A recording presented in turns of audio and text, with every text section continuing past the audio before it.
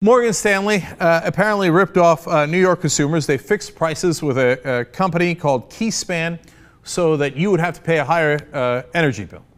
How much did that cost the consumers of New York? Only $300 million. Now, we know this already. This is already proven. Okay, $300 million it cost actual citizens. And how much did Morgan Stanley make off of that transaction? Well, they made $21.6 million. But don't worry, guys, we caught him. Ladies and gentlemen, we got him, right? So since the government caught Morgan Stanley in this price fixing, and since it cost $300 million, and since they profited off it, boy, that fine's going to be huge, right? Wrong. The fine is $4.8 million. Do some quick math on that, and you'll find out that they made nearly $17 million off of robbing your ass. You had to pay $300 million more, but who cares? You don't count. You're an average citizen. Nobody gives a damn about you. Morgan Stanley gives money to politicians. Did anybody get criminal convictions here? I mean, they fixed prices. It's goddamn fraud. They admit it.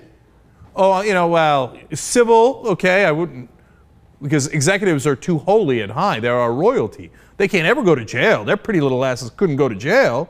No, jail's for the plebeians, for the peasants like you and me. That's for regular folks.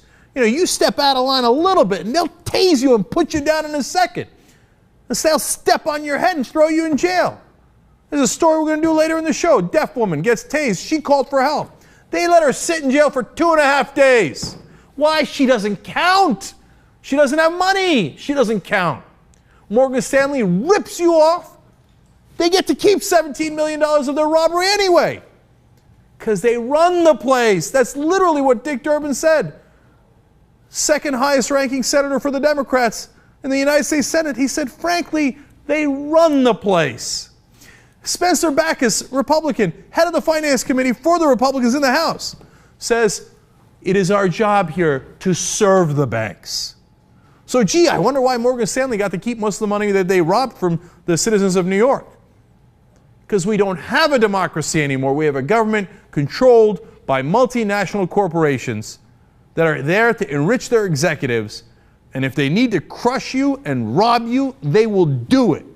You got to wake up. We don't have a democracy anymore. We have this government run by and for the rich and the powerful and multinational corporations. Young Turks.